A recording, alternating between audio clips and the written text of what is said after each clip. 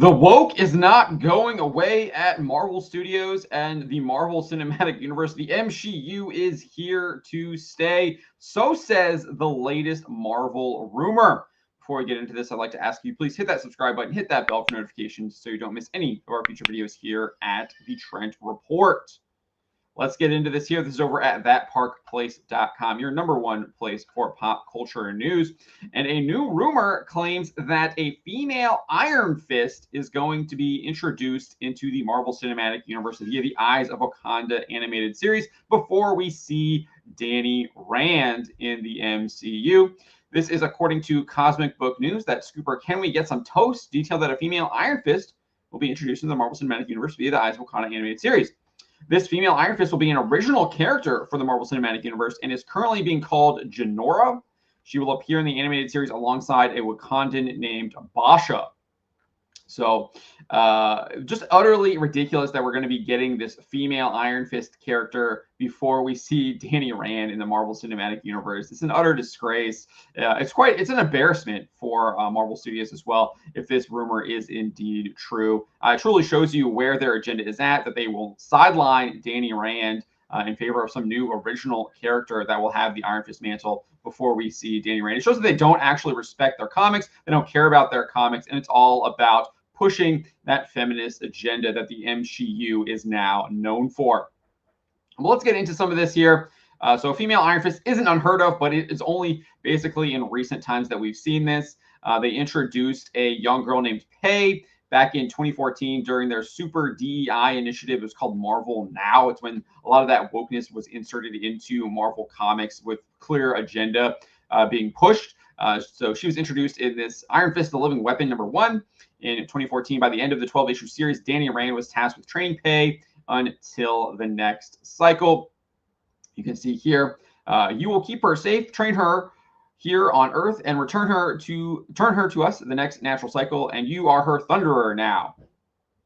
And then in Iron Fist, Heart of the Dragon #6, Danny Rand would give up the power of the Iron Fist to Okoye, the Wakandan soldier, who had already obtained the Heavenly Dragon Chi. She used the two powers to battle the Hierophant and defeat him. After defeating the Hierophant, Danny Rand refuses to receive the power of the Iron Fist back, telling her, "I wasn't all that good at it in the first place, an utter disgrace. Those words never should have been written and stuck in the mouth of Danny Rand. He was an excellent Iron Fist and really undercut everything he has done as Iron Fist. It's just a shame. These people, and this was Larry Hama, who should know better, but he's writing dialogue like this. It's just disgusting. These people have no respect for the comics of yesteryear anymore, or the readers that are reading it. But instead, Okoye passed her powers to Gork the Undying, a dragon still in its egg being nurtured by Pei, who would obviously probably defeat the dragon and become the next Iron Fist, and obviously would receive that Dragon Chi too, so becomes super powerful, even more powerful than Danny Rand. Of course, because it's a woman, right? That's what the MSheU does, and obviously this is in the comics, so I don't know what you. I haven't thought of something witty enough to call it the comics, right?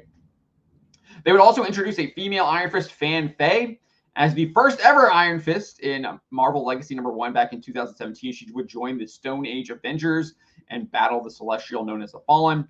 Her origin was told in Avengers #13, where it's revealed she's a citizen of Kunlun who was arrested for training cavemen the art of Kung Fu. Her punishment was watching the cavemen she trained be executed by the dragon Shao and then be eventually executed herself. In a fit of rage, she broke free from her chains and killed Shao and inherited the abilities of the Iron Fist. However, she would be exiled from Kunlun and wandered Earth aiding the cavemen. She's supposedly a 15-year-old girl while she's doing this. So, not only is the first Iron Fist a woman, it's a 15-year-old child. As for Eyes of Wakanda, it was announced at the end of last year by Marvel executive Brad Winderbaum. The official logline says, throughout Wakandan history, brave warriors have been tasked to travel the world retrieving dangerous vibranium artifacts. This is their story. And Variety reported that Black Panther director Ryan Coogler is involved in the animated series. So it's likely we're going to see this female Iron Fist traveling around with the Wakandan as they search for vibranium artifacts. I would assume this is going to be taking place in the past, given the fact this is probably when Wakanda is not active and vibranium isn't really well known. That's what I would assume. It wouldn't really make sense to be having it set in the present or the future or whatever any timeline other than the past if they're actually trying to retrieve vibranium, because they want to keep that a secret and keep that within Wakanda. But this just looks like an utter disaster for the Marvel Cinematic Universe.